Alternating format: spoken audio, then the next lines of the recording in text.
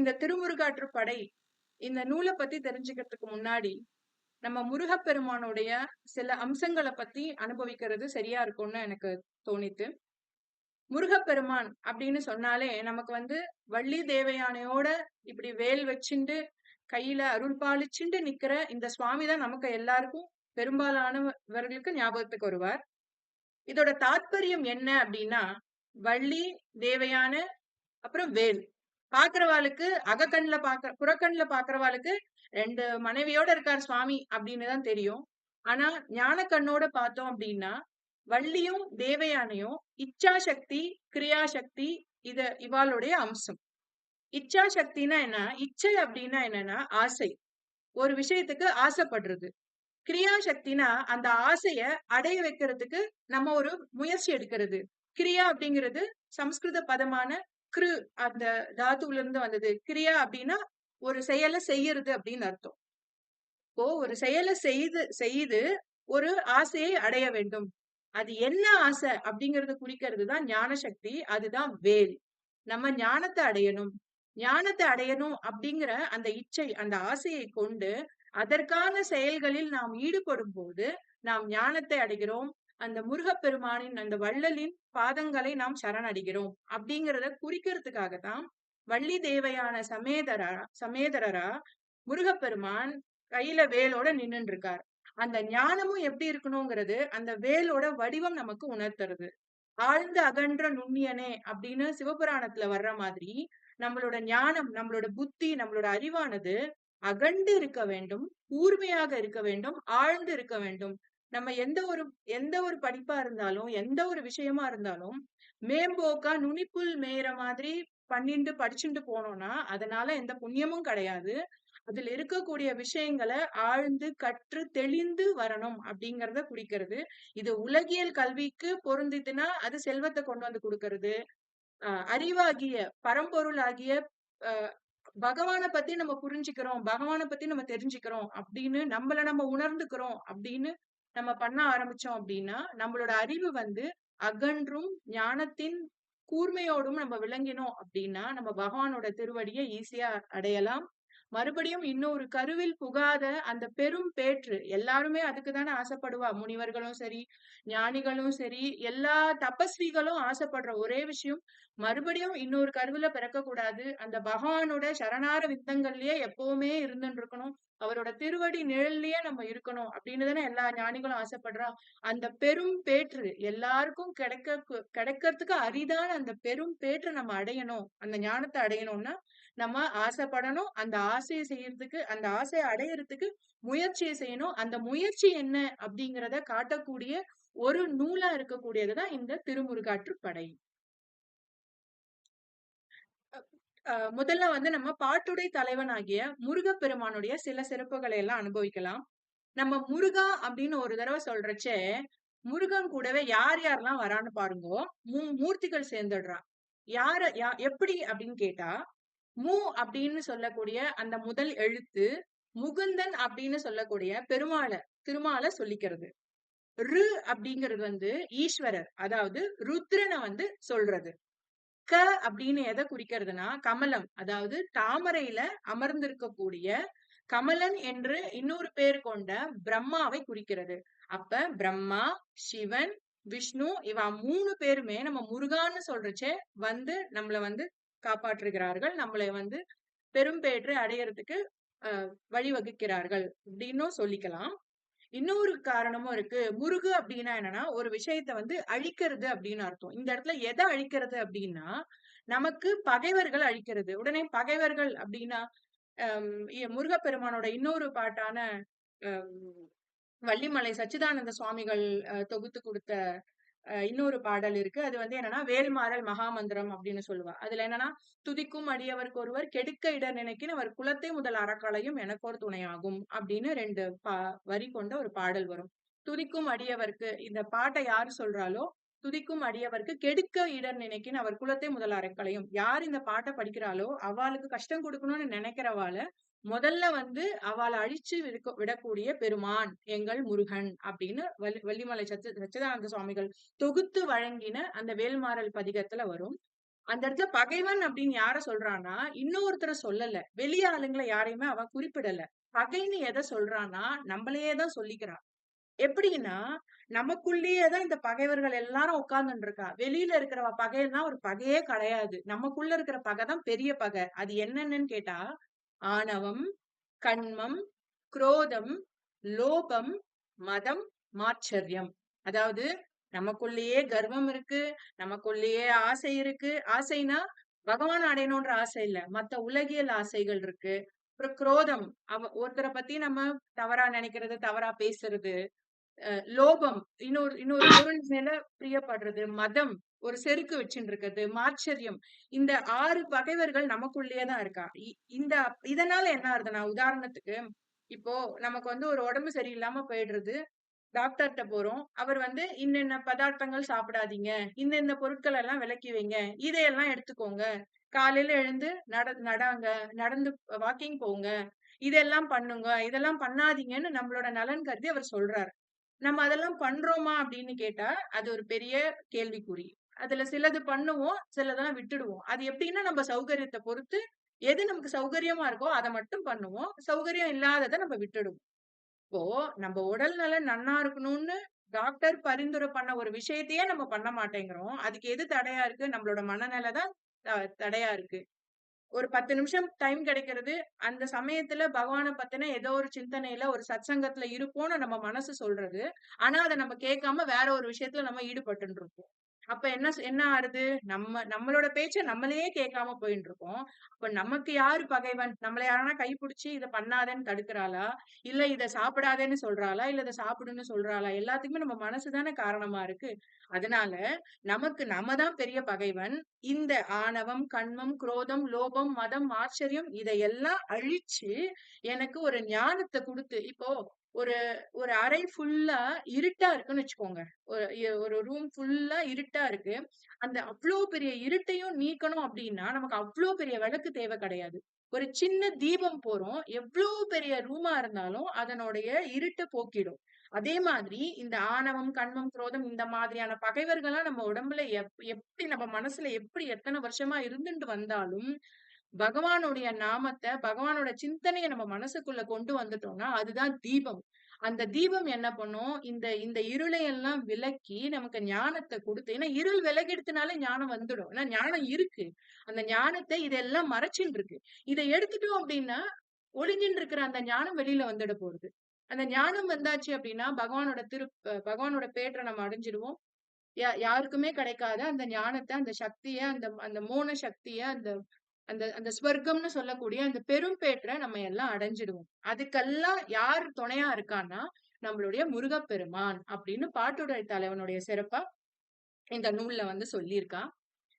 இதோட பாட்டுடை தலைவனாகிய முருகப்பெருமானோட மற்ற சிறப்புகள்லாம் என்னன்னா, முருகர் வந்து கங்கையால வந்து தாங்கப்படுறார்.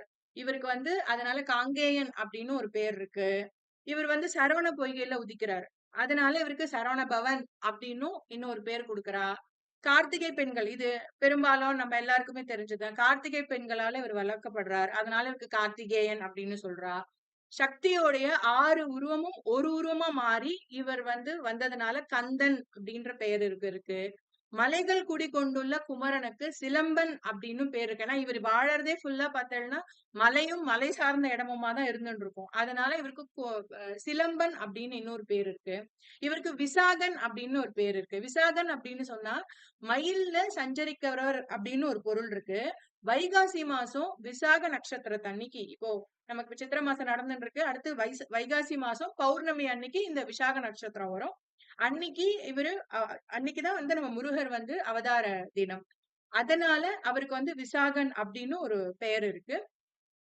இதெல்லாம் வந்து முருகப்பெருமானுடைய சிறப்புகள். இப்போ இந்த திருமுருகாற்றுப்படை சிறப்ப பத்தி நம்ம கொஞ்சம் தெரிஞ்சுப்போம். பத்துப்பாட்டு அப்படின்னு சொல்லக்கூடிய பழம்பெரும் இலக்கியத்துல முதல்ல இருக்கக்கூடிய சிறப்பு வந்து எதுக்கு இருக்குன்னா திருமுருகாற்றுப்படைக்கு இருக்கு. அதே மாதிரி பன்னிரு திருமுறைகள் ஈஸ்வரர சிவபெருமான பாடக்கூடிய பன்னிரு திருமுறை பகுப்புலயும் 11வது திருமுறையில சேர்க்கப்பட்டுள்ளது. இந்த சிறப்பு வந்து வேற எந்த நூலுக்கும் கிடையாது. ஒண்ணு இந்த 10 பாட்டுல இருக்கும் ஒரு நூல், அப்படி இல்லைன்னா பன்னிரு திருமுறை தொகுப்புல நூல் இருக்கும் இந்த பக்தி இலக்கியங்கள்லாம். ஆனா இந்த 10 பாட்டுலயும் இருக்கு, பன்னிரு திருமுறையிலயும் பகுப்புலயும் இருக்கு அப்படிங்கிற பெருமை வந்து திருமுருகாற்றுப்படைக்கு மட்டுமே இருக்கிறது. இது வந்து ஆற்றுப்படுத்தல் அப்படின்னு சொல்லக்கூடிய இலக்கிய மரபை சேர்ந்தது. ஆற்றுப்படுத்தல் அப்படின்னா என்னன்னா வழிப்படுத்தல் அப்படின்னு பொருள். ஆற்றுப்படுத்தல், வழிப்படுத்தல். ஆற்றுன்னா வழின்னு அர்த்தம். ஆற்றுப்படுத்தல். முருகாற்றுப்படை அப்படின்னு சொல்லும்போது வீடு பேருனா எல்லாருக்குமே எளிதில கிடைக்க கிடைக்க இயலாத அந்த பகவானுடைய திருவடி, அந்த பகவானுடைய சரணார விந்தங்களை அடைவதற்கு உண்டான வழி. அந்த பக்குவம் அடைந்த ஒருவனை வீடு பேறு பெற்ற ஒருவன், அதாவது பகவானுடைய அருளை பெற்ற ஒருவன் வழிப்படுத்துவது. நான் இந்த இந்த இந்த சுவாமி கிட்ட போனேன், எனக்கு இந்த ஞானம் கிடைச்சது, நீயும் அங்க போ, அங்க போய் இந்த அறிவை வந்து வாங்கிட்டு வா, இந்த ஞானத்தை போய் வாங்கிட்டு வா அப்படின்னு அவனுக்கு வழிகாட்டக்கூடியதா இந்த ஆற்றுப்படை நூல்கள் அமைந்து இருக்கிறது. இந்த ஆற்றுப்படை நூல்கள் இந்த இந்த பர்டிகுலர் ஆற்றுப்படை நூல் வந்து முருகப்பெருமானை பற்றி பாடக்கூடியதுனால இது வந்து முருகாற்றுப்படை அப்படின்னு இதுக்கு பெயர் வந்தது அப்படின்னு நச்சினார்க்கினியர் சொல்றார். இதோட மற்றொரு சிறப்பு என்ன அப்படின்னா, இன்பம் அப்படின்னு நம்ம எதை சொல்லுவோம்? துன்பம் இல்லாத நிலை அப்படின்னு பெரியவர்கள்லாம் சொல்கிறார்கள். துன்பம் இல்லாமல் வாழ்வது அதுதான் வந்து இன்பம் அப்படின்னு. இப்போ எப்படி இன்பம் வரும்? இந்த உலகியல்ல நிறைய பொருள் செல்வம் இருந்ததுன்னா, தங்கம், வைரம், வைடூரியம், பொருள் செல்வம்லாம் இருந்ததுன்னா இந்த உலகத்துல சந்தோஷமா வாழலாம். ஆனா இந்த இந்த இந்த உலகம் விட்டு போனதுக்கு அப்புறமா இம்மையில பொருள் வேணும், மறுமையில இறப்பிற்கு அப்புறமா இருக்கக்கூடிய மறுமை உலக வாழ்வுக்கு என்ன வேணும் அப்படின்னா பகவானுடைய அருள் வேணும், அந்த அந்த ஈஸ்வரனுடைய கிருபை வேணும், கருணை வேணும். அப்போ பொருள் செல்வத்தை அடைஞ்ச ஒருத்தன் ஒரு வள்ளல் கிட்ட போயிட்டு நான் பாடினேன், அந்த வள்ளல் எனக்கு பணம் கொடுத்தாரு, இல்ல எனக்கு ஒரு ஏதோ ஒரு பொருள் கொடுத்தாரு, அதனால நான் மகிழ்கிறேன், நீயும் அங்க போய் வாங்கிட்டு வா அப்படின்னு சொல்ற மாதிரி, நான் இந்த முருகப்பெருமான் கிட்ட போனேன், எனக்கு இந்த ஆணவம், கண்மம், குரோதம், இந்த இந்த இந்த பகைவர்களை எல்லாம் அழித்து எனக்கு ஞான அருளை தந்து வீடு பெறும் பேற்றையை வந்து எனக்கு அருளினார் அப்படின்னு வழிகாட்டக்கூடிய நூலா வந்து ஆற்றுப்படை நூலான திருமுருகாற்றுப்படை அமைகிறது. இந்த இந்த ஆற்றுப்படை நூல்கள்ல மத்த ஆற்றுப்படை நூல் எல்லாமே வந்து இம்மை இம்மை உலகுக்கு, அதாவது இப்ப இருக்கக்கூடிய உலகத்துக்கு தேவையான பொருளை வாங்கக்கூடியதா, இந்த வள்ளல் கிட்ட போ, இத பாடு, இந்த பொருளை வாங்கிக்கோ அப்படின்னு சொல்றதாதான் அமையறது. ஆனா மறுமை உலகுக்கு தேவையான விஷயங்களை, ஞானத்தை வந்து பெறக்கூடிய விஷயத்த சொல்றதா இந்த திருமுருகாற்றுப்படை மட்டுமே தான் இருக்கிறது. மத்த நூல்லாம் பொருளை பத்தி சொல்றது. திருமுருகாற்றை படை மட்டும்தான் அருட்செல்வத்தை பத்தி சொல்லுது. மத்ததெல்லாம் பொருட்செல்வத்தை பத்தி சொல்றது. அருட்செல்வத்தை அடைவதற்காக உலகத்தை எல்லாம் படைத்து அழித்து காக்கும் வள்ளலாகிய இறைவனிடம் செல்வதற்கு வழி கூறுவது திருமுருகாற்றுப்படை. இதுக்கு முருகாற்றுப்படை அப்படின்னு பெயர் இருக்கு. இதுக்கு வந்து சுவாரஸ்யமா ஒரு விஷயம் சொல்லுவா. இப்ப வந்து நம்ம பகவான் கிட்ட எதுக்கு நமஸ்காரம் பண்ணணும் அப்படின்னா, நம்ம சயின்டிபிக்கலா சொன்னோம் அப்படின்னா பஞ்சாங்க நமஸ்காரம், சாஷ்டாங்க நமஸ்காரம். இப்போ பெண்கள் அப்படின்னா பஞ்சாங்க நமஸ்காரம், நம்மளுடைய கை, கால், நம்மளோட தலை, நம்மளோட கால் இது மட்டும் பூமியில படுற மாதிரி நமஸ்காரம் பண்ணணும். நம்மளோட பஞ்ச அங்கங்கள் பூமியில படுற மாதிரி நமஸ்காரம் பண்ணணும். ஆண்களா இருந்தா, புருஷாலா இருந்தா சாஷ்டாங்க நமஸ்காரம் பண்ணணும். இது வந்து ஒரு விதமான எக்ஸசைஸும் ஆகிறது. பக்தியிலயும் என்ன அப்படின்னு கேட்டா, பகவான் கிட்ட நம்ம நமஸ்காரம் பண்றச்சே, பகவானே நான் உனக்கு நான் நமஸ்காரம் பண்றேன், இதனால நான் வேற யாருக்கும் போய் நமஸ்காரம் பண்ணக்கூடிய சூழ்நிலையில என்னை வச்சிடாத, என்னை எப்பயும் கண்ணியத்தோடையும் புகழோடையும் பெருமையோடையும் கை கால் ஆரோக்கியத்தோடையும் என்னை நன்னா வச்சுடு. இதனால நான் உன்னை எப்போ நமஸ்கரிச்சுட்டு இருக்கேன், உன்னை நமஸ்கரிக்கிறேன்னா என் தாய் தந்தையருக்கு மட்டுமே நமஸ்காரம் செய்ய வேண்டும், பிறரிடம் போய் வேற எந்த காரணத்துக்காகவும் நான் போய் நமஸ்காரம் செய்யக்கூடிய ஒரு, அதாவது நம்ம மரியாதை நிமித்தமா நமஸ்காரம் பண்றதுன்னு வேறு. இந்த பேசுறச்சே சொல்லுவா இல்ல, அவன் கால்ல போய் விழுந்து இந்த வேலையை சாதிச்சுன்னு வந்தான் அப்படின்னு சொல்லுவா இல்லையா? அந்த மாதிரி அந்த கால்ல விழக்கூடிய நிலையை எனக்கு கொடுத்துறாத அப்படின்னு பகவான் கிட்ட நம்ம வேண்டக்கூடியதா, உனக்கு நான் நமஸ்கரிச்சிடுறேன், எனக்கு வேற யாரையும் நான் நமஸ்காரம் பண்ணக்கூடாத நிலைய வந்து எனக்கு கொடு அப்படின்னு வேண்டிக்கிறதாகவும் இந்த இந்த நூல்ல சிறப்பா வந்து பெரியோர்கள் வந்து சொல்றார்கள்.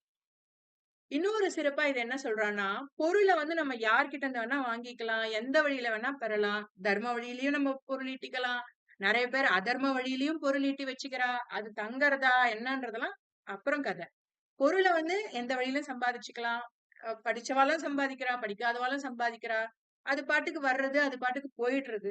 ஆனா, அருள் உள்ளம் அப்படிங்கிறத வந்து பகவானால மட்டுமே குடுக்க முடியும். அத வேற யாராலயும் குடுக்க முடியாது. சோ, அத நம்ம வாங்கிக்கிறது தான் மறுமை வாழ்வுக்கு வந்து சிறந்தது. அந்த உயர்ந்த நோக்கத்தோட முருகப்பெருமானோட அருளை பெற்ற ஓர் அரும் புலவன் மற்றவனுக்கு வழி பெறக்கூடிய சொல்றதாக இந்த திருமுருகாற்றுப்படை அமைகிறது. இந்த ஆற்றுப்படை நூலை இயற்றியவர் வந்து நக்கீரர். இந்த ஆற்றுப்படை நூல் வந்து 6 பகுதியா பிரிச்சிருக்காங்க. ஒவ்வொரு பகுதியும் வந்து முருகப்பெருமானுடைய அறுபடை வீடுகளை பற்றி பாராட்டுவதாகவும், அரும்படை வீடுகளை பற்றி புகழ்வதாகவும் இந்த ஆற்றுப்படை நூல் வந்து அமைந்துள்ளது.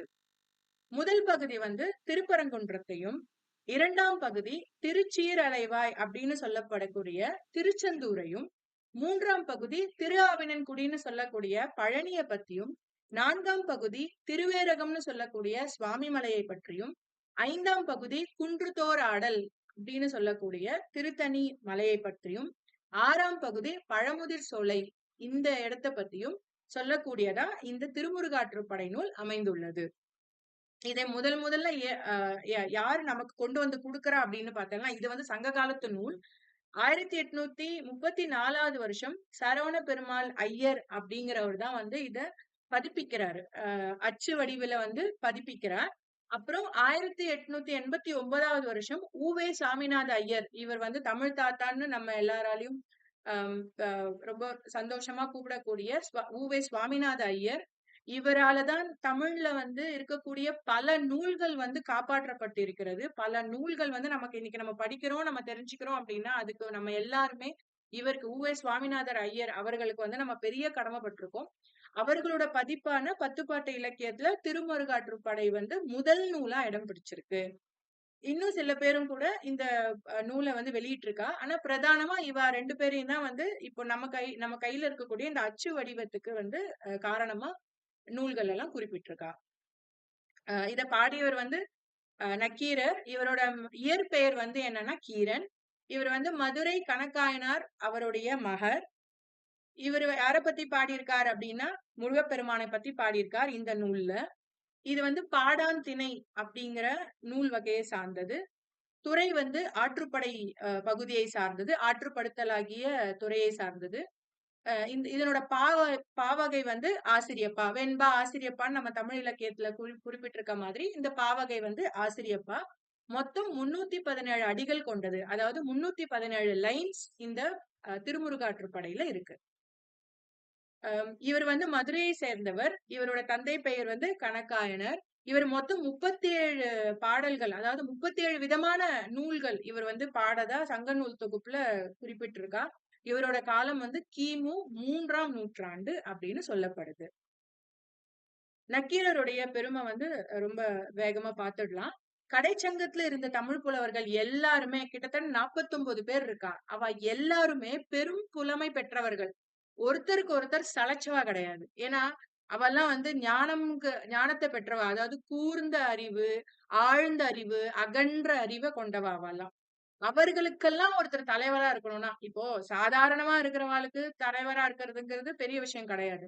சான்றோர்கள் இங்க இருக்கிறவா எல்லாருமே சான்றோர். அதுல ஒரு தலை சிறந்தவரா இருக்கணும். அவளுக்கெல்லாம் தலைவரா இருக்கணும்னா, அவ வந்து எப்பேற்பட்ட அறிவுடையவும், எப்பேற்பட்ட ஞானத்தோடையும் அவ இருக்கணும். இப்படி அந்த 49 பேர் கடைச்சங்கத்துல இருந்த தமிழ் புலவர்கள் 49 பேரும் பெரும் புலமை பெற்றவர்கள். அவர்களுக்கு தலைவனா ஒருத்தர் இருக்காரு அப்படின்னா அவர் நக்கீரர். அப்ப அவரோட பெருமையை பத்தி நம்ம தெரிஞ்சுக்கிறது வந்து நம்மளோட பாக்கியம். இவருடைய இயற்பெயர் வந்து கீரன் அப்படின்னு சொன்னேன் இல்லையா? கீரம் அப்படின்ற சொல்லுக்கு என்ன பொருள்னா சொல்லுன்னு தான் பொருள். கீரம்னாலே சொல் அப்படின்னு தான் பொருள். சோ அவர் பேர்லயே சொல் இருக்கு. நக்கீரர் அப்படின்னு சொன்னா இனிய நக்கீரர் அப்படின்னா இனிய சொற்களை உடையவர். அவர் என்ன சொன்னாலும் அது இனிமையா இருக்கும். திருவள்ளுவர் சொல்ற மாதிரி இனிய உளவாக இன்னாத கூறல் கனி இருப்ப காய் கவர்ந்தற்று அப்படின்னு திருவள்ளுவர் சொல்ற மாதிரி இவரோட வாக்கே வந்து இனிமையாதான் இருக்கும். இவர் என்ன சொன்னாலும் அது இனிமையாதான் இருக்கும். அதனாலதான் இவரோட நாக்குல சரஸ்வதி இருந்திருக்கா. அதனாலதான் இவர் வந்து 316 அடிகள் கொண்ட திருமுருகாற்றுப்படையை கொடுத்திருக்காரு. இன்னைக்கு நம்ம எல்லாம் அதை சேர்ந்து அனுபவிக்கிறதுக்கு பகவான் வந்து நமக்கு அனுகிரகம் பண்ணியிருக்காரு. இப்பேற்பட்ட ஆழ்ந்த புலமையோட அஞ்சா நெஞ்சமும் படைத்தவர். ஏன் அஞ்சா நெஞ்சம் படைத்தவர் அப்படின்னு இங்க நம்ம சொல்றோம்னா, பொதுவா வந்து புலவர்கள் அப்படின்னாலே வந்து ஏழ்மையில இருப்பா, ரொம்ப தைரியமானவாளா இருப்பா. இவரும் அதே மாதிரி ரொம்ப தைரியமானவாளா தான் இருக்காரு. இவர் என்ன பண்றாரு அப்படின்னா, ஈஸ்வரரை எதிர்த்தவர். அதாவது இந்த உலகத்துக்கே பிதாவான, இந்த உலகத்துக்கே பரம்பொருளான ஈஸ்வரர், அவர வந்து எதிர்த்து இவரு பேசுறாரு. அது என்ன ஒரு பெருமையா? பகவான போய் யாராவது எதிர்ப்பாளா? அப்படின்னு நம்ம கேட்கலாம். ஆனா அதோட தாத்பரியம் என்னன்னா, தப்பு யார் பண்ணாலும், அது தலைவனா இருந்தாலும் சரி, இல்ல யாரா இருந்தாலும் சரி, அது தப்பு அப்படின்னு தெரிஞ்சதுன்னா, அத எதிர்த்து கேட்கக்கூடிய அளவுக்கு நம்ம தர்மத்துல சிறந்தவாளா இருக்கணும். இப்படி ஒரு தர்மத்துல சிறந்தவரா இருக்காரு. அதோட வரலாற பத்தி நம்ம தெரிஞ்சுக்குவோம். செண்பக பாண்டியன் அப்படின்னு ஒரு ராஜா இருக்கார். அவருக்கு வந்து ஒரு ஐயம் வருது. அந்த ஐயத்த வந்து தருமி அப்படின்னு ஒருத்தர் மூலியமா ஒரு பாட்ட எழுதி ஈஸ்வரர் என்ன பண்றார் குடுத்து அனுப்புறார். அந்த பாட்டு வந்து கொங்குதேர் வாழ்க்கை அஞ்சிறை தும்பி அப்படின்னு குறுந்தகையில 2ஆம் பாடலா அது வருது. இதை இயற்றியவர் வந்து இறையனார். இறையனார்னா ஈஸ்வரர். ஈஸ்வரரே அந்த பாட்டை எழுதி தருமி மூலமா செண்பக பாண்டியனுக்கு குடுத்து அனுப்புறார். அதன் மூலியமா செண்பக பாண்டியன் அந்த ராஜாக்கு ஏற்பட்ட அந்த ஐயம் வந்து தீர்ந்து போறது. பாருங்க அந்த காலத்துல ராஜாக்கள்லாம் எந்த அளவுக்கு தர்மத்தோட அவ ஆட்சி பண்ணியிருக்கா.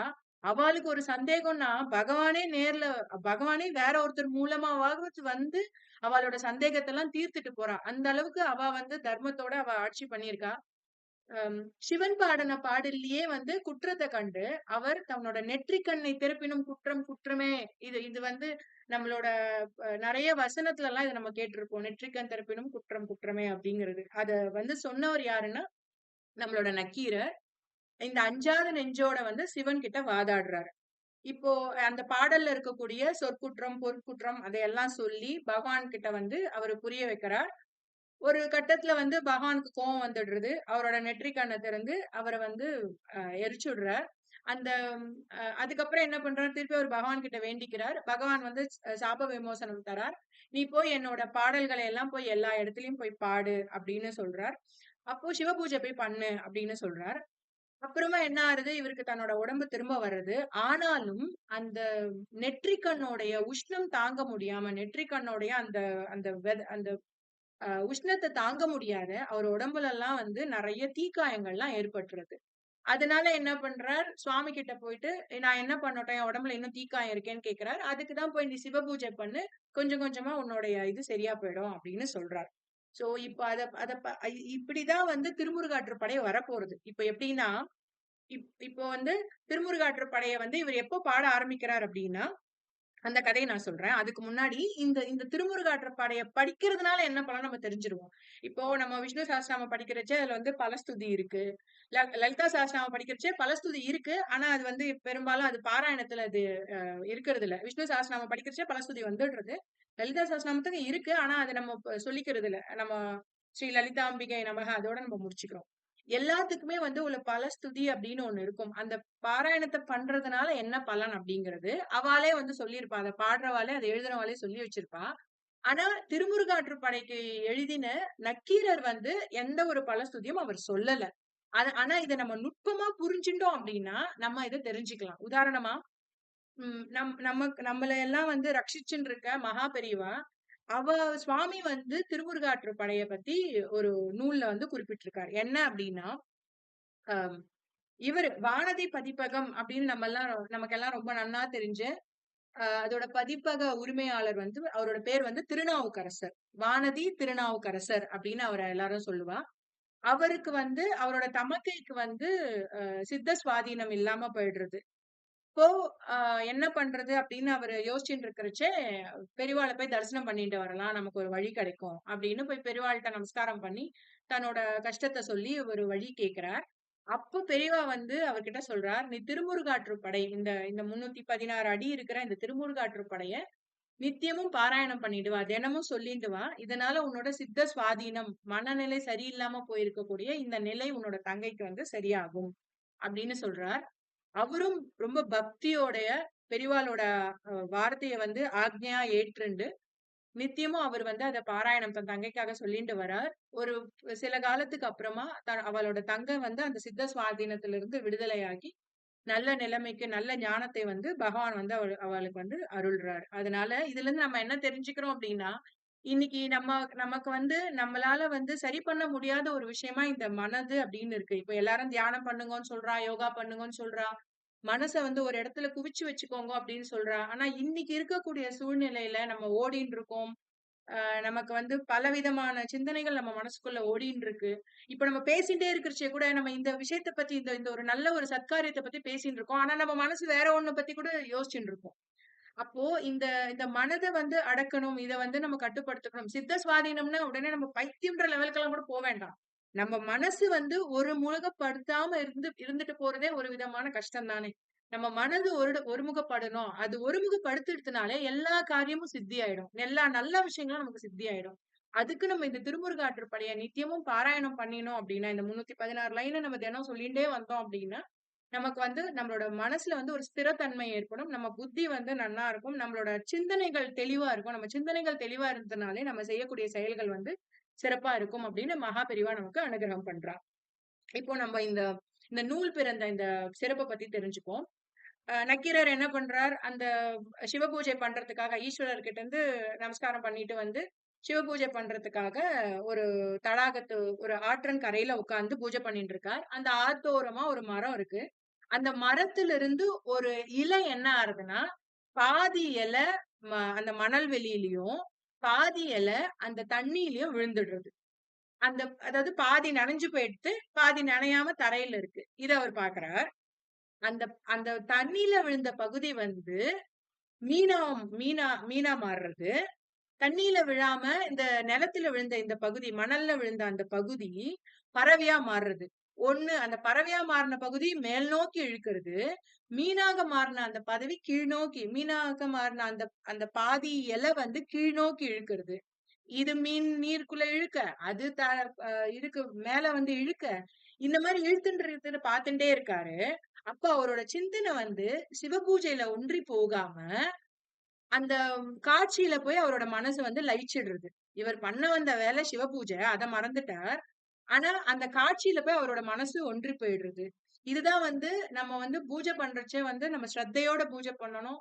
நம்மளோட மனசு வந்து அங்க லயிச்சு நம்ம பண்ணணும். அதுதான் நமக்கு பலன குடுக்குமே தவிர, சும்மா நானும் பூஜை பண்ணேன் அப்படின்னு நம்ம பண்றதுனால இப்ப நெறைய பேர் சொல்வா, "நான் இந்த கோவிலுக்கு போனேன், அந்த பூஜை பண்ணேன், இந்த பரிகாரம் பண்ணேன். எனக்கு எதுவுமே வரமாட்டேங்கிறது. பகவான் எனக்கு அருள் பண்ண மாட்டேங்கிறாரு." அப்படின்லாம் நம்ம நம்ம வந்து வேண்டுதல்லாம் வச்சுட்டு சொல்லுவோம் இல்லைங்களா?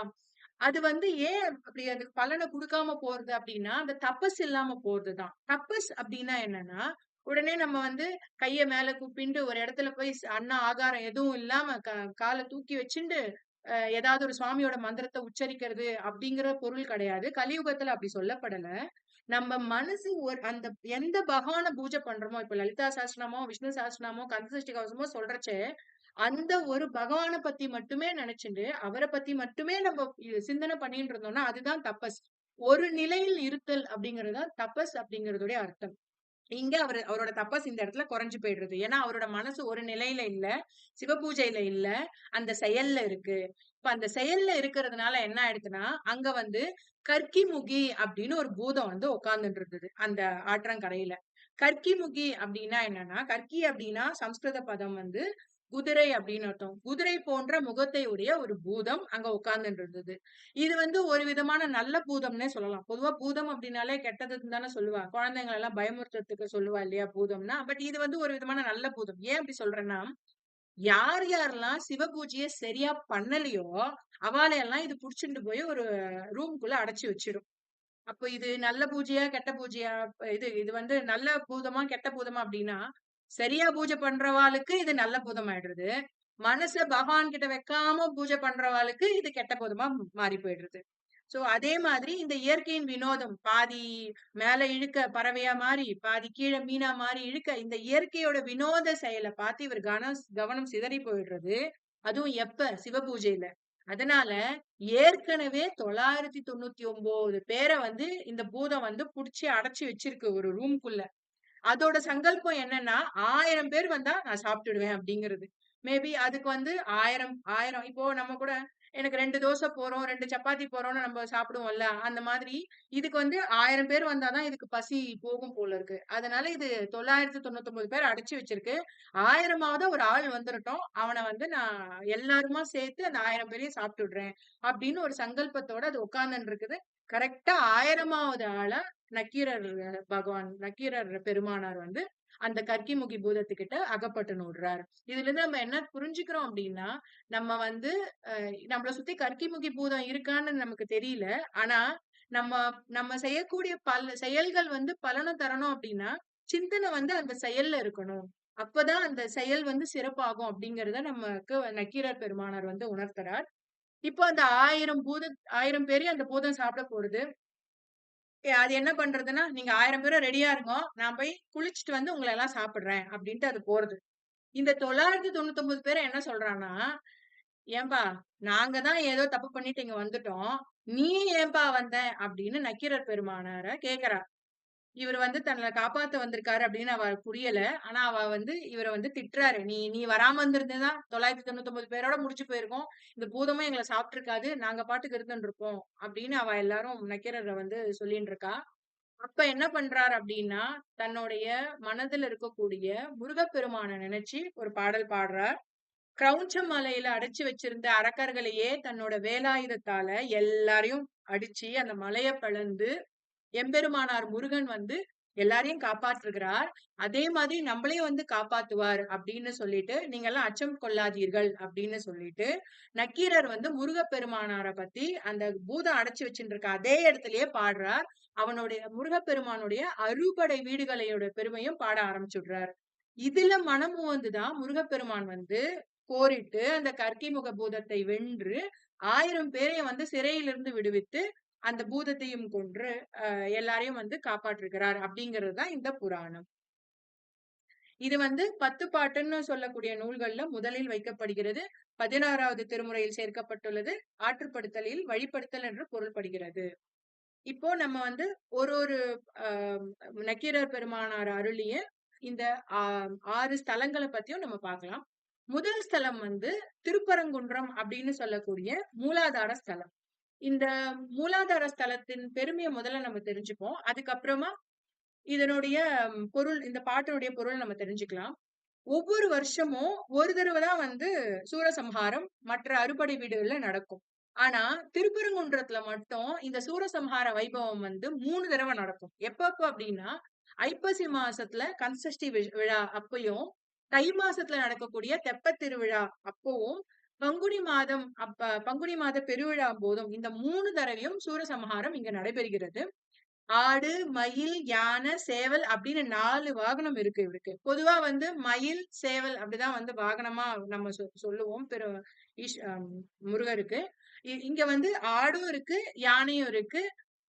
மயில், சேவல் இது 4மே வந்து வாகனமா இவருக்கு இருக்கு. இவர் வந்து மற்ற ஸ்தலத்துல எல்லாம் வந்து நின்ற கோலத்துல இருப்பார். இங்கதான் வந்து அமர்ந்த கோலத்துல இருக்கார். அதுவும் எப்படின்னா, தெய்வ யானையை மனம் முடித்து இந்திரனுடைய அதாவது அசுரர்களை எல்லாம் ஜெயித்து இந்திரன் என்ன பண்றார்? அசுரர்கள் எல்லாம் அரக்கர்கள் வந்து புடிச்சுட்டு போயிடுறார். இவர் போய் என்ன பண்றார்? தேவ சேனாதிபதியா நின்னு அந்த அரக்கர்களை எல்லாம் அழிச்சு தேவர்களை எல்லாம் மீட்டு இந்திரன் கிட்ட ஒப்படைக்கிறார். அதனால சந்தோஷப்பட்ட இந்திரன் என்ன பண்றார்? தன்னோட மகளான தெய்வ யானைய வந்து பகவானுக்கு வந்து கல்யாணம் பண்ணி குடுக்கிறார். அந்த கல்யாண கோலத்துல அமர்ந்திருக்கிறார் இந்த இடத்துல. எப்பவுமே வந்து ஒரு ஒரு வெற்றி வாகை சூடி, ஒரு கல்யாண கோலத்துல சுவாமி இங்க இருந்துட்டு இருக்கிறதுனால, இங்க போய் பகவான் கிட்ட நம்ம என்ன பிரார்த்தனை பண்ணிட்டாலும், அது உடனே நிறைவேறும் அப்படிங்கிறது ஐதீகம். இங்க பாடப்பட்ட முதல் பாடல் என்ன அப்படின்னா, "உலகம் உவப்ப வளநேர்பு திரிதரு, பலர் புகழ் ஞாயிறு கடற்கண்டா அங்கு, ஓவர இமைக்கும் சேண்விலங்கு அவிரொளி, உறுநர் தாங்கிய மதனுடை நோன்றாள், செருநர் தேய்த்த செல்லுறழ் தடக்கை, மறுவில் கற்பின் வாணுதற் கணவன்." அப்படின்னு முதல் பாட்டை வந்து நக்கீரர் பெருமான் வந்து முருகப்பெருமான பத்தி இந்த திருமுருகாற்றுப்படையில ஆரம்பிக்கிறார். உலகம் உவப்ப அப்படின்னு ஆரம்பிக்கிறார். நம்மளுடைய சங்க இலக்கியங்கள் பெரும்பாலுமே அப்படிங்கிற அந்த எழுத்தோட தான் ஆரம்பிச்சிருக்கும். திருமுருகாற்றுப்படையும் உலகம் உவப்ப அப்படின்னு ஆரம்பிக்கிறது. இப்போ ஏன் உலகம் உவப்ப அப்படிங்கிறதுக்கு ஏன் இவ்வளவு சிறப்பு அப்படின்னா, இப்போ நம்ம இந்த இந்த கொரோனா காலத்திலே நம்ம எல்லாம் புரிஞ்சுட்டு இருப்போம். நம்மள சுத்தி இருக்கவா நன்னா இருந்தாதான் நம்மளும் நன்னா இருப்போம் அப்படிங்கறத. அததான் சங்க இலக்கிய கிமு நூற்றாண்டுல 3ஆம் நூற்றாண்டுல வந்த திருமுருகாற்றுப்படையிலேயே நக்கீரர் பெருமான் வந்து நமக்கு சொல்லிடுறாரு.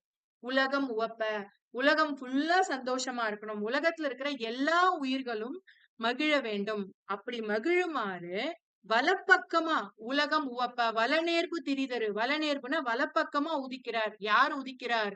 பலர் புகழ் ஞாயிறு. ஞாயிறு அப்படிங்கிறது வந்து சூரியனை குறிக்கக்கூடியது, கதிரவனை குறிக்கக்கூடியது.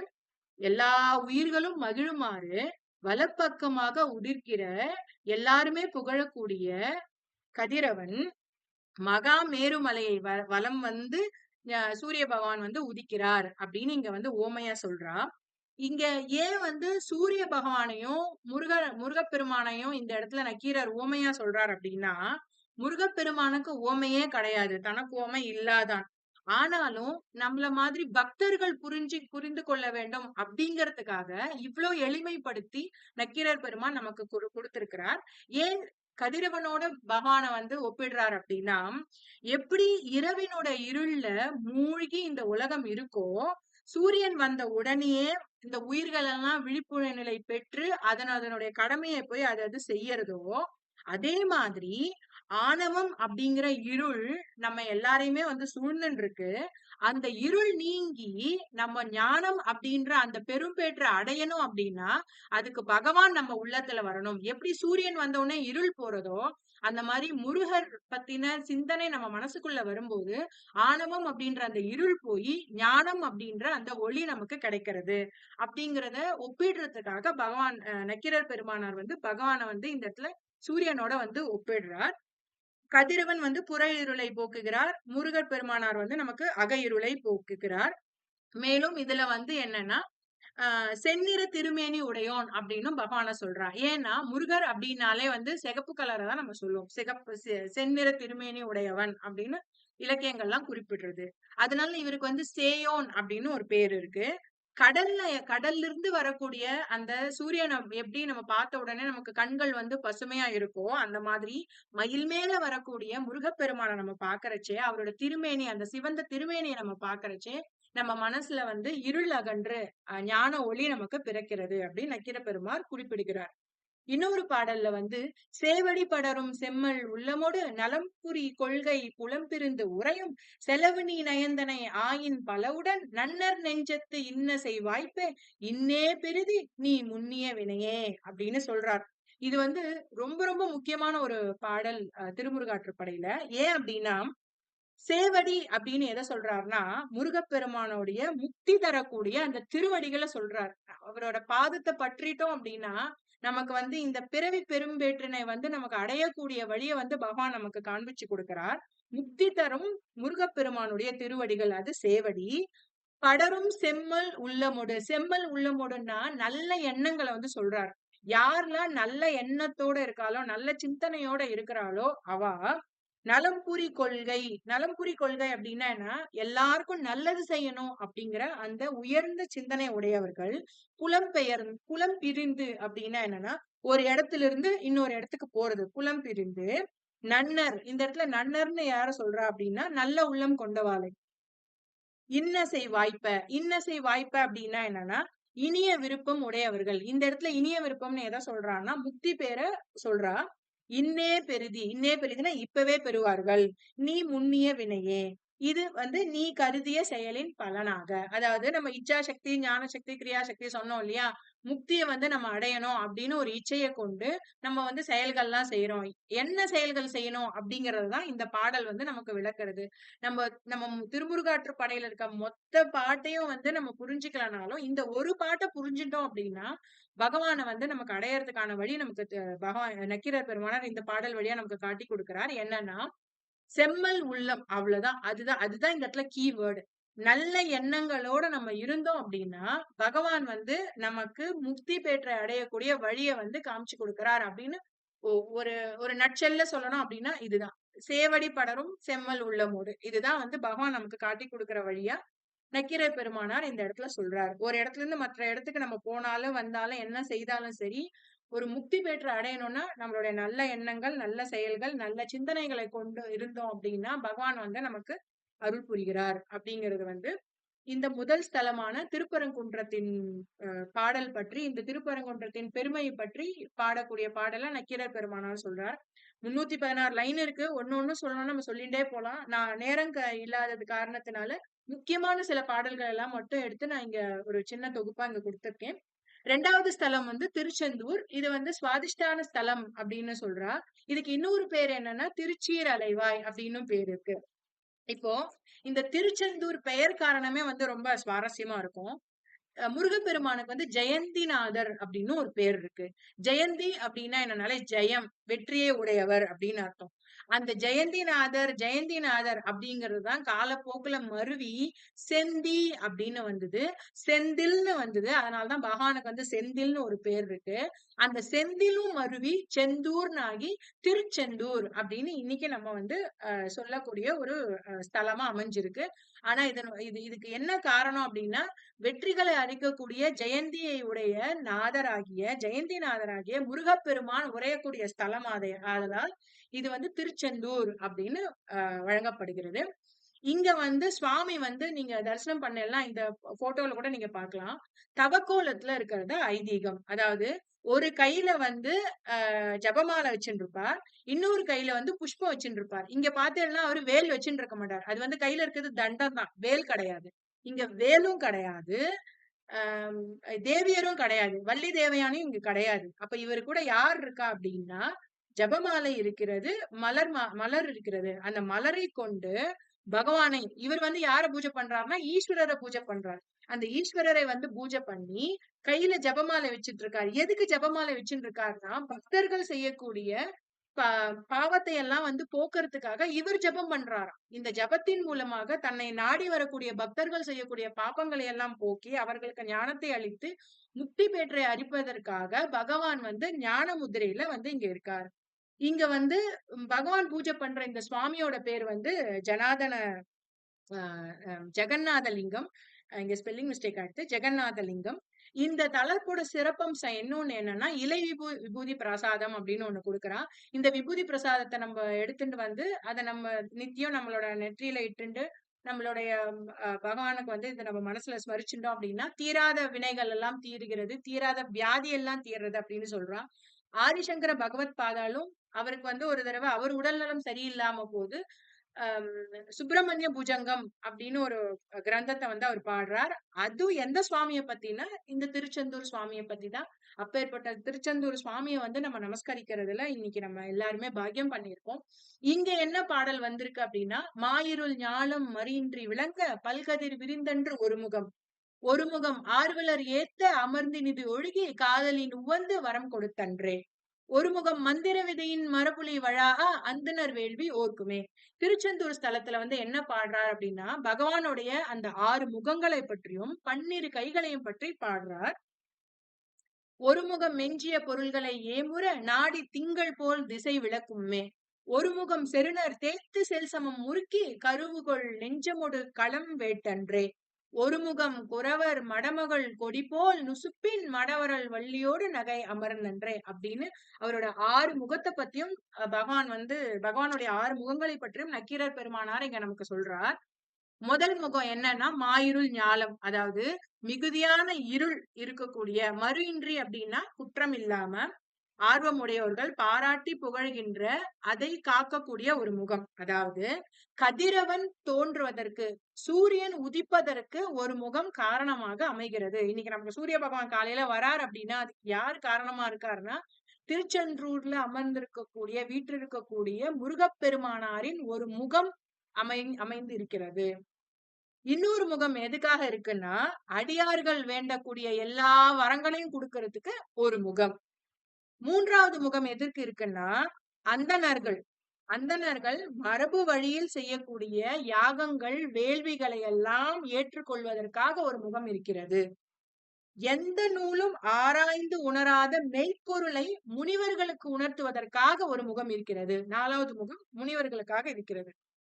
தீய சக்திகளை எல்லாம் அழித்து களவேள்வி நடத்துவதற்கு ஒரு முகம் இருக்கிறது. பகைவரோடு போரிடுவதற்காக ஒரு முகம் இருக்கிறது. பூங்கொடி போன்ற குறவர் மகளான வள்ளியோடு மகிழ்ந்திருப்பதற்காக ஒரு முகம் உள்ளது. இவ்வாறாக 6 முகங்களை பற்றியும் இப்ப வந்து என்ன சொல்ல போறாருன்னா அவரோட 12 கைகளை பற்றி சொல்ல போறார்.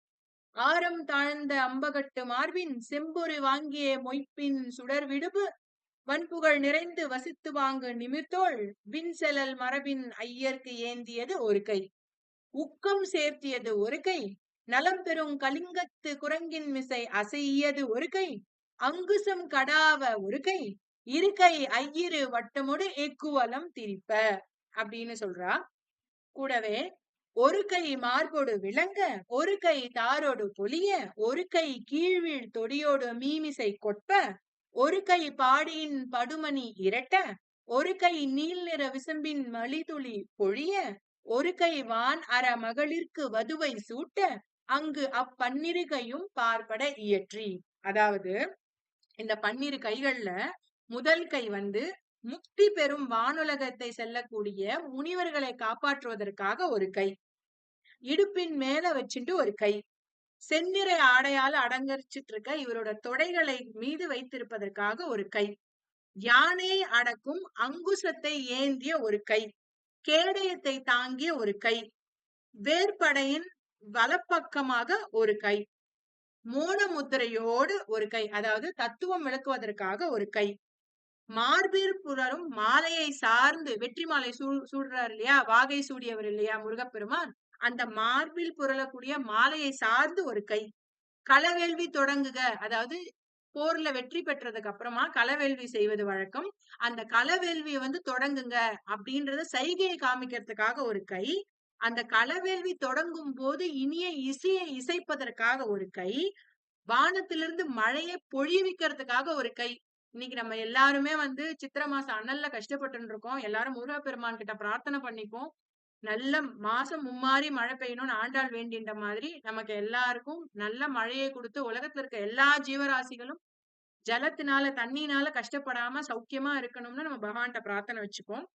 இந்த மழைய வந்து வானத்திலிருந்து கொண்டு வரதுக்காக ஒரு கை, வானலத்துல இருக்கக்கூடிய வானர மகளிருக்கு வதுவை சூட்ட, இந்த தேவ பெண்கள்லாம் இருக்கா இல்லையா, அவளுக்கு வந்து திருமண மாலை சூட்டுவதற்காக ஒரு கை, இப்படின்னு 12 கைகளை பற்றிய பெருமைகளை வந்து திருச்செந்தூர் பற்றிய பாடல்ல நக்கீரர் பெருமானார் திருமுருகாற்றுப்படையில சொல்லியிருக்காரு.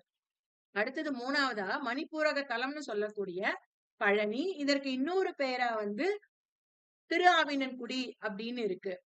திரு ஆவினன்குடி அந்த பெயர் காரணமே ரொம்ப இன்ட்ரெஸ்டிங்கா இருக்கும். திரு அப்படின்னு சொன்னா மகாலட்சுமியை குறிக்கிறது, ஆன்னு சொன்னா காமதேனுவை குறிக்கிறது, இனன்னு சொன்னா சூரியனை குறிக்கிறது, கூன்னு சொன்னா பூமாதேவியை குறிக்கிறது, டீன்னு சொன்னா அக்னியை குறிக்கிறது. அதாவது பழனங்கள் வயல்கள் சூழ்ந்த பகுதியில இருந்ததுனால இந்த தலத்துக்கு வந்து பழனின்னு ஒரு பெயர் வந்தது அப்படின்னு பெரியவர்கள்லாம் சொல்றா. மகாலட்சுமி, காமதேனு, சூரியன், பூமாதேவி, அக்னி இவ எல்லாரும் வழிபட்டிருக்கா இந்த ஸ்தலத்துல, அதனால இந்த ஸ்தலத்துக்கு வந்து திருஆவினன்குடி அப்படின்னு பெயர் வந்தது அப்படின்னும் சங்க இலக்கியங்கள்ல வந்து கூறப்பட்டிருக்கு. இந்த சுவாமி, இங்க இருக்கக்கூடிய சுவாமி வந்து தண்டாயுதபாணி. இந்த சிலையை வந்து யார் வடிக்கிறா அப்படின்னா போகர் அப்படிங்கிற அந்த சித்தர் வந்து வடிக்கிறார்.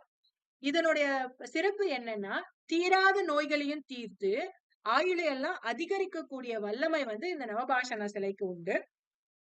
தினமும் ராத்திரியில வந்து சுவாமிக்கு வந்து சந்தனம் பூசுவா.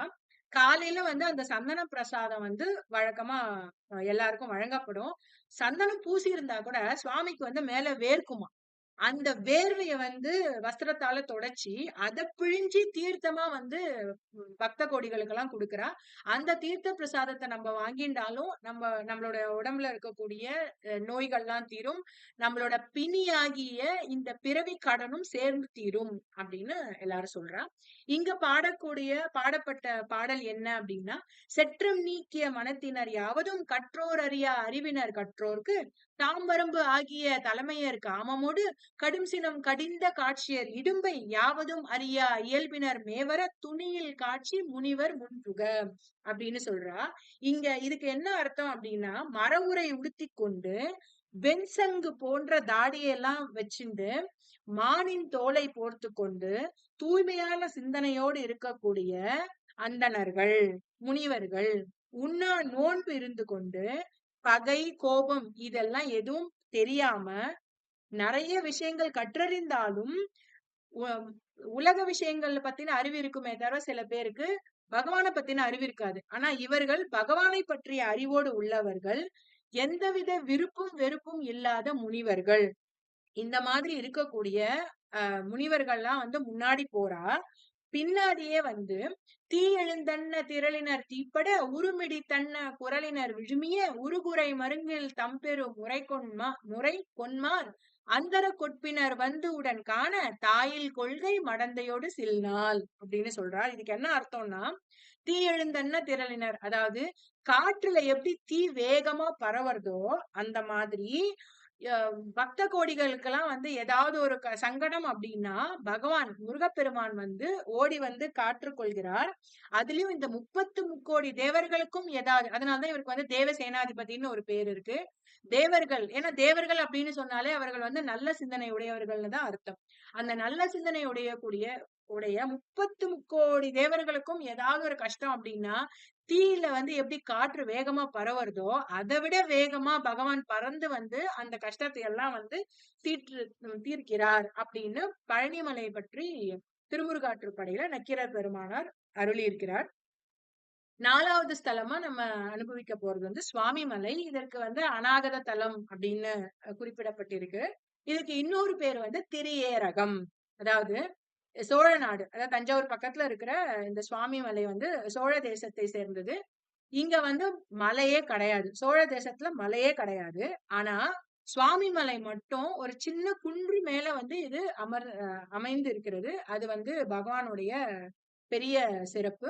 கந்த பெருமானுடைய இந்த கோலம் வந்து அவ்வளோ அழகா இருக்கும். இது எல்லாருமே நம்ம அறுபடை வீடையும் நம்ம தரிசனம் பண்ணணும். சுவாமி மலைய வந்து பல தடவை தரிசனம் பண்ணணும். அந்த அளவுக்கு சுவாமி வந்து அவ்வளவு அழகா இருப்பார். ஏன்னா சுவாமி அப்படின்னு சொன்னாலே அழகன்னு தான் அர்த்தம். இங்க அவருக்கு பேருக்கு ஏற்ற மாதிரியே சுவாமியும் மூர்த்தியும் ரொம்ப அழகா இருப்பார். இங்க நம்ம சுவாமியை வந்து தரிசனம் பண்ணணும் அப்படின்னா 60 படி மேல ஏறி வரணும். இந்த 60 படியோட தாத்பரியம் என்னன்னா, நம்மளோட தமிழ் வருஷங்கள் வந்து 60. அந்த 60ஐயும் குறிக்கக்கூடியதாக அந்த படிகள் வந்து அமைந்திருக்கிறது. அதாவது இந்த காலத்தையே ஆளக்கூடியவன், அதாவது வருஷம்னா என்ன, காலம் தானே. அந்த காலத்தையே ஆளக்கூடியவன் வந்து நம்மளுடைய சுவாமி அப்படின்றது குறிக்கிறதா இந்த ஸ்தலம் அமைஞ்சிருக்கு. கருவறையில வந்து மூலவர் வந்து நின்று இருக்கக்கூடிய கோலம். இந்த பீட்டம் வந்து சிவலிங்கம் வந்து ஆவுடையராக இருப்பார். அதற்கு மேல சுவாமி வந்து மூர்த்தியா வந்து பானலிங்கமா அமைஞ்சிருக்கார். இது வந்து ஒரு சிறப்பு. இதன் மூலமா சிவபெருமானும் முருகப்பெருமானும் வேறு வேறு இல்லை அப்படிங்கறது நமக்கு புரியுது. பிரணவத்தின் பொருளை வந்து இங்க வந்து சுவாமிக்கு, அதாவது ஈஸ்வரருக்கு வந்து முருகர் வந்து சொன்னதாக இந்த ஸ்தலத்தின் வந்து பெருமை வந்து விளங்குகிறது. இந்த சுவாமி மலையோட இன்னொரு விசேஷம் என்னன்னா, விபூதி அபிஷேகம் பண்றச்சே ரொம்ப ஞானி மாதிரி சுவாமி வந்து நமக்கு ரொம்ப வயதானவரா ஞானி மாதிரி நமக்கு காட்சி கொடுப்பார். அதே சந்தன அபிஷேகம் பண்ணும்போது பாலசுப்ரமணியனா கம்பீரமா நமக்கு அவ்வளவு அழகா நம்ம கண்ணுக்கு வந்து காட்சி அளிப்பார். இது அந்த சுவாமியோடைய இன்னொரு, அந்த மூர்த்தியோட இன்னொரு சிறப்பு. இந்த ஸ்தலத்துல இன்னொரு பெருமை என்னன்னா, கங்காதேவி வந்து முருகனை தரிசித்து தன்னோட பாப விமோச்சனத்தை பெற்றதுனால தானும் அந்த காவேரியோடு இணைந்து இந்த தலத்திலேயே இருக்கணும் அப்படின்னு கேக்குறா. முருகப்பெருமானும் தன்னோட தல விருட்சத்துல கங்காதேவி வந்து சேர்த்துக்கிறார். அதே மாதிரி பார்வதி தேவியோட சாபத்துக்கு ஆளான பூமாதேவியும் தவம் பண்ணி இந்த ஸ்தலத்துல வந்து பகவான வழிபட்டு அந்த சாப விமோசனத்துல இருந்து வெளிவரா. அவளும் வந்து நெல்லி மரமா இருக்கிறது ஐதீகம். ஆக மொத்தத்துல கங்கா, காவேரி, பூமாதேவி எல்லாருமே இருக்கக்கூடிய ஒரு ஸ்தலமா சுவாமி மலை வந்து அமைஞ்சிருக்கு.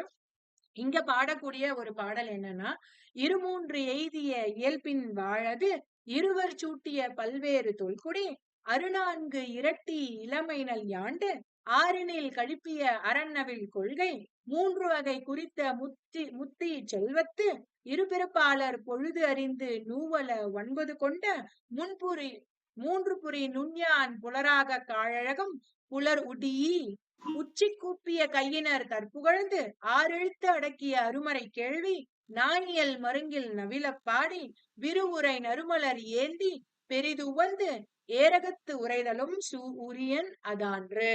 அதாவது இந்த இந்த பாட்டே ரொம்ப ரொம்ப சுவையான ஒரு பாடல். நேரம் இல்லாததுனால நான் ரொம்ப வேகமா சொல்லி முடிச்சுடுறேன். அந்தணர்கள், அதாவது அந்தணர்களோட மெயின் வேலையே என்னன்னா 6 வகை வேலைதான். என்னன்னா, வேதம் ஓதுதல், ஓதுவித்தல். வேதம் நம்ம படிக்கணும், படிச்சு அந்த வேதத்தை மத்தவாளுக்கு சொல்லி கொடுக்கணும். அடுத்தது வேள்வி செய்தல் செய்வித்தல். யாகங்கள் பண்ணணும், மத்தவாளுக்கு பண்ணி வைக்கணும். ஏற்றல், அதாவது தானம் வாங்கிக்கணும், மற்றவாளுக்கு தானத்தை கொடுக்கணும். தானம் வாங்கிக்கணும், தானம் கொடுக்கணும். வேதம் ஓதணும், ஓதுவிக்கணும். வேள்வி செய்யணும், செய்விக்கணும். தானம் கொடுக்கணும், தானம் வாங்கிக்கணும். இந்த 6 வகைதான் அந்தணர்களுக்கு இடப்பட்ட பணி. இந்த பணிய சிறப்பா செஞ்சுட்டு வர அந்தணர் பெருமக்கள் வாழக்கூடிய சுவாமிமலை. அது மட்டும் இல்லாம நல்ல தாய் தந்தையரின் குடும்பத்தில் வந்தவர்கள். அதுக்குதான் என்ன சொல்லுவான்னா, கோத்திரம் ரொம்ப முக்கியம். கோத்திரம் தெரிஞ்சு நம்ம பொண்ணு எடுக்கணும், பொண்ணு கொடுக்கணும் அப்படின்லாம் நம்ம பெரியவா சொல்லுவா. இன்னைக்கு காலகட்டத்துல நிறைய விஷயங்கள் மாறிண்டு வந்திருக்கு. அதுல இதுவும் ஒண்ணா மாறிண்டு போயிட்டு இருக்கு. ரொம்ப நம்ம எல்லாம் சிந்தனை பண்ண வேண்டிய ஒரு நேரம் இது. நல்ல குடும்பம், நல்ல நல்ல நல்ல ஒரு மரபை சேர்ந்தவா அப்படிலான்னு பார்த்து இருக்கக்கூடிய ஒரு ஒரு அவசியம் ஏற்படுறது. அப்ப நல்ல தாய் தந்தையர்களுக்கு பிறந்தவர்களாக இருக்கக்கூடிய இந்த அந்தணர்கள் தன்னுடைய இளமை காலமான 48 வருஷங்கள், பிறந்ததிலிருந்து 48 வருஷம் வரைக்கும் பிரம்மச்சரிய விரதத்தை கடைபிடித்தவர்கள் யாரு? இந்த சுவாமி மலையில வாழக்கூடிய அந்தணர்கள். இவர்கள் ஆகவனியம், தட்சிணாகியம், கார்கபத்தியம் இதெல்லாம் என்னன்னா அக்னிஹோத்திரத்துல இருக்கக்கூடிய அக்னி பகவான். இந்த 3 வகை அக்னியால உபாசனை பண்ணி இந்த பகவான வேள்வியால அர்ச்சனை பண்ணி பூணூல் அணிந்தவர்கள், பிறருக்கு நல்ல நேரத்தை கணித்து கொடுக்கக்கூடியவர்கள். நீராடிய பின் அந்த உலராத ஆடையை, அதாவது மடிவஸ்திரம் சொல்லக்கூடிய அந்த உலராத ஆடையை அணிந்து கொண்டு அது தன் மேல பட்டதுக்கு அப்புறம் தான் அது உலரணும். அந்த மாதிரியான செயல்களை செய்து தலை உச்சி மேல் கை வைத்து வணங்கக்கூடியவர்கள். சரவணபவ அப்படின்னு சொல்லி தலைக்கு மேல கை கூப்பி சுவாமியை நமஸ்காரம் செய்பவர்கள். நறுமண மலர்களால் பகவானை அர்ச்சனை செய்பவர்கள். அதனாலதான் நம்ம ஆத்துல பெரியவாள்லாம் கூட சொல்லுவா, வாசனை இல்லாத பூவை சுவாமிக்கு சமர்ப்பிக்க கூடாது அப்படின்னு. வாசனை இருக்கக்கூடிய பூவை மட்டும்தான் சுவாமிக்கு சமர்ப்பிக்கணும். அதே மாதிரி நம்ம முகர்ந்து பார்த்துட்டும் சுவாமிக்கு சமர்ப்பிக்க கூடாது. இது நம்ம பெரியவா சொல்லுவா. இங்க என்ன சொல்லியிருக்கா அப்படின்னா, மென்மையான வார்த்தைகளால பகவானை புகழ்ந்து பகவானோட நாமாவை எல்லாம் சொல்லி நறுமண மலர்களால பகவானை அர்ச்சனை பண்ணி மகிழ்வோடு இருக்கக்கூடிய அந்தணர்கள் பூஜை பண்ணக்கூடிய இந்த சுவாமி மலையில் பகவான் மகிழ்வோடு வீற்றிருக்கிறார் அப்படின்னு சுவாமி மலையுடைய பெருமையை பத்தி நக்கீரர் பெருமானார் அருளிய செய்திருக்கிறார். அடுத்து 5வது ஸ்தலமான திருத்தணி ஸ்தலம். இது ஆக்னி ஸ்தலம் அப்படின்னு சொல்லப்படுது. இன்னொரு பேர் குன்றுதோராடல் அப்படின்னு பேர் இருக்கு. ஏன் குன்றுதோராடல் அப்படின்னா என்னன்னா, நிறைய குன்று இருக்கிறது இந்த இடத்துல. குன்று அப்படின்னா மலை. இது ஃபுல்லாவே மலை இருக்கக்கூடிய ஒரு ஸ்தலமா இது அமைஞ்சிருக்கு. இங்க என்ன ஸ்பெஷல் அப்படின்னு கேட்டா, சூரசம்ஹாரம் கிடையாது. முதல் ஸ்தலமான திருப்பரங்குன்றத்துல 3 சூரசம்ஹாரம். இங்க 5வது ஸ்தலமான திருத்தணியில சூரசம்ஹாரமே கிடையாது. ஏன் அப்படின்னா, முருகர் கோபம் தணிந்து அமர்ந்த இடமாக திருத்தணி இருக்கிற, அதனால இங்க சூரசம்ஹாரம் கிடையாது.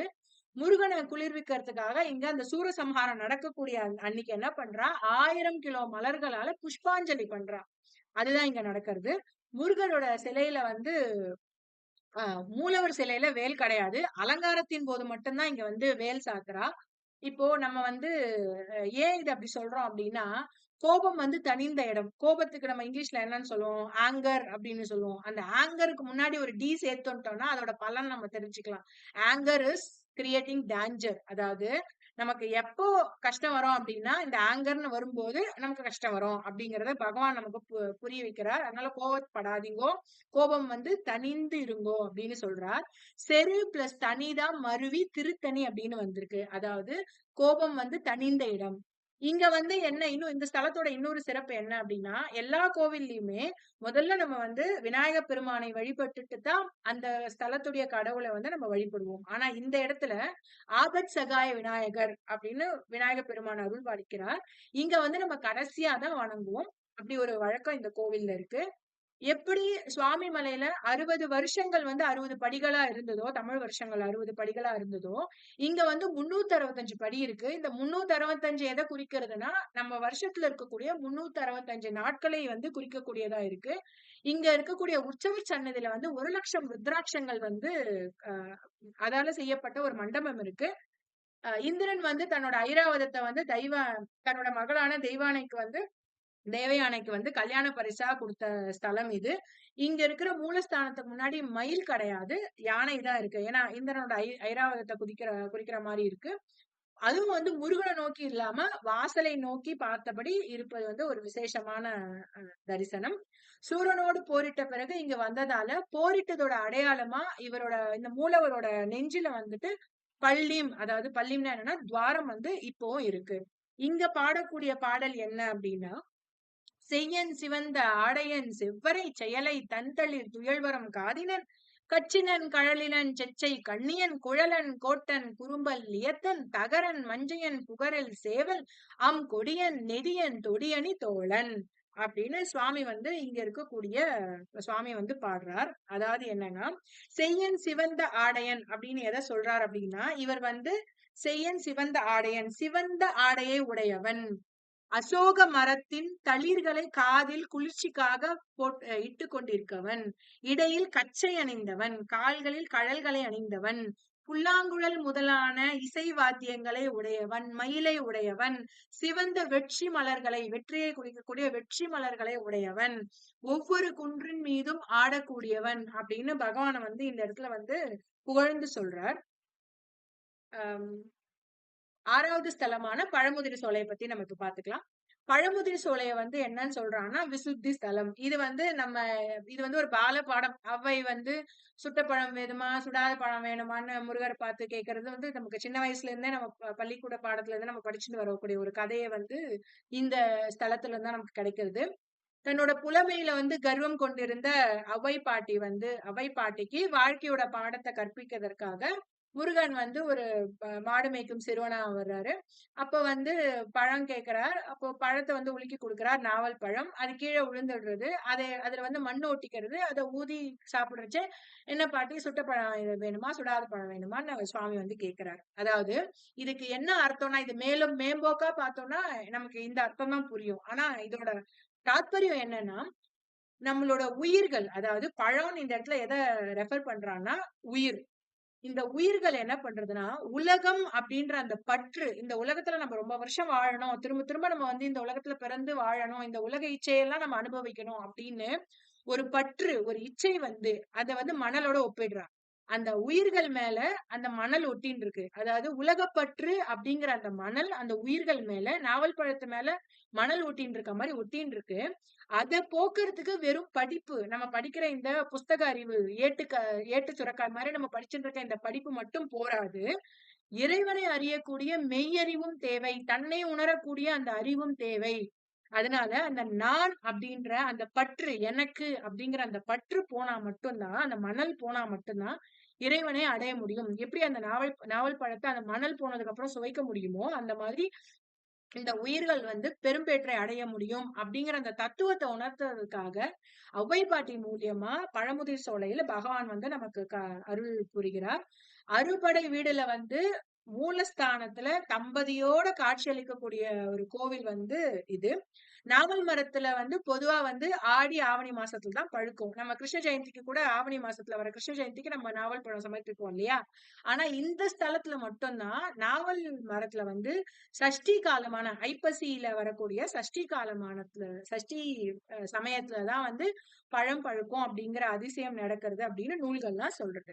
இங்க என்ன பாடல் பாடியிருக்காரு அப்படின்னா, விசுத்தி ஸ்தலமான இந்த பழமுதிர் சோலையில வந்து ஆண்டாண்டு ஆயினும் ஆக காண்தக முந்துனி கண்டுழி முகனமர்ந்து ஏத்தி கைத்துழு பரவி காலுற வணங்கி நெடும்பெருஞ் சிமயத்து நீல பஞ்சுமை ஐவருள் ஒருவன் அங்கை ஏற்ப அறுவர் பயந்த ஆரமர் செல்வ ஆள்கெழு கடவுள் புதல்வ மால்வரை அப்படின்னு சொல்றாரு. அதாவது ஆண்டாண்டு ஆயினும் ஆண்டாண்டு ஆயினும்னா நம்ம நம்ம வந்து பல வருஷங்களா வணங்கி பல வருஷங்களா இவருக்கு பகவானை வந்து பூஜை பண்ணி நம்ம வந்து பகவானை அடையணும் அப்படின்னு நினைச்சிட்டு இருக்கிற இந்த சமயத்துல மலைமகள் மகனே மாற்றோர் கூற்றே வெற்றி வெல்போர் கொற்றவை சிறுவ இளையணி சிறப்பின் பழையோல் குழவி வானோர் வணங்குவில் தானை தலைவ மாலை மார்ப நூலறி புலவ செருவில் ஒருவ பொருவிரல் மல்ல அந்தனர் வெறுக்கை அறிந்தோர் சொல்மலை மங்கையர் கனவமைந்தர் ஏரே வேல் கழுத்தடக்கை சால் பெருஞ்செல்வ.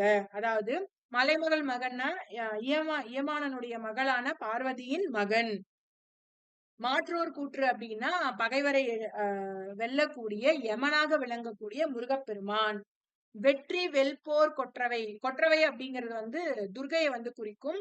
வெற்றி போர்ல வந்து நம்ம வெற்றி பெறணும் அப்படின்னா கொற்றவைன்னு சொல்லக்கூடிய துர்கையை வந்து வழிபடுறதுனால வெற்றி கிடைக்கும். அந்த கொற்றவையினுடைய மகனாகவும் முருகப்பெருமான் வந்து பாடப்படுகிறார். பழையோல் அப்படின்னா என்னன்னா சிவனுடைய சக்தி. இந்த இந்த சுவாமி, இப்பேற்பட்ட சுவாமி மலைமகள் மகன், வெற்றி வேல் பொற்கொற்றவையுடைய மகன், ஈஸ்வரருடைய மகன். இவர் வானோர் வணங்குனா இவர் வந்து தேவனுடைய சேனாதிபதி. தேவர்களுக்கெல்லாம் இவர் சேனாதிபதி. இவர் வந்து நமக்கு நூலறி, அதாவது மெய்ஞானத்தை அளிப்பார். இந்த உலகத்துல இருக்கிற எல்லாமே அழிந்து போனாலும் தீய சக்திகளை எல்லாம் அழிப்பதற்கு யாராவது ஒருத்தர் இருப்பா அப்படின்னா அது நம்மளுடைய முருகப்பெருமானார். எந்த போரா இருந்தாலும் அதில் வென்று தீயவர்களை எல்லாம் ஒழித்து நல்லவர்களை காத்து கருணை கொண்ட அந்தணர்களுக்கு செல்வமாக விளங்கக்கூடிய கொடைவள்ளலாக விளங்கக்கூடிய இந்த முருகப்பெருமானை துதித்து நாம் பெரும்போற்றை அடைவோம் அப்படின்னு பழமுதிர் சோலையில நக்கீர பெருமானார் பாடுகிறார். நக்கீர தாமுரைத்த நன்முருகாற்றுப் படையை தற்கோல நாள்தொறும் சாற்றினால் முற்கோல மாமுருகன் வந்து மனக்கவலை தீர்த்தருளி தான் நினைந்த எல்லாம் தரும். நாம் இந்த உரையை ஆரம்பிக்கிறதுக்கு முன்னாடி சொல்லியிருந்தேன், பலஸ்துதி வந்து நக்கீரர் பாடல. ஆனா அப்புறமா வந்த நூல்ல வந்து ஒரு 10 பாடல் எழுதியிருக்கா. இந்த திருமுருகாற்றுப்படையை படிக்கிறதுனால என்ன பலன் கிடைக்கும்னு அதுல ஒரு பாட்டுதான் இந்த நக்கீரர் தாமுரைத்த நன்முருகாற்றுப்படையை தற்கோல நாள்தோறும் சாட்டினா முற்கோல மாமுருகன் வந்து மனக்கவலை தீர்த்தருளி தான் நினைந்த எல்லாம் தரும். அதாவது நம்மளோட மனக்கவலை எல்லாம் போக்கி முருகப்பெருமானார் திருமுருகாற்றுப்படையை பக்தியோடு சொல்லக்கூடிய எல்லா பக்தர்களுடைய நெஞ்சத்திலும் மன இருளை அகற்றி ஞான ஒளியை வழங்கி பெரும்பேற்றை எல்லாருக்கும் கிடைக்கிறதுக்கு அரியதான பெரும்பேற்றை வழங்கி இம்மையிலும் மறுமையிலும் நமக்கு செல்வத்தை அருளக்கூடிய ஒரு செல்வ மகனா நம்மளுடைய முருகப்பெருமான் திகழ்கிறார். இத நாமும் நித்தியமும் எப்பெல்லாம் முடியறதோ அப்பயாவது சொல்லி பகவானுடைய அருளுக்கு நம்ம பாத்திரமாவோம் அப்படின்னு நான் சொல்லி என்னோட உரையை வந்து முடிச்சுக்கிறேன். உருவாய் அருவாய் உளதாய் இளதாய் மறுவாய் மலராய் மணியாய் ஒளியாய் கருவாய் உயிராய் கதியாய் விதியாய் குருவாய் வருவாய் அருள்வாய் குகனே.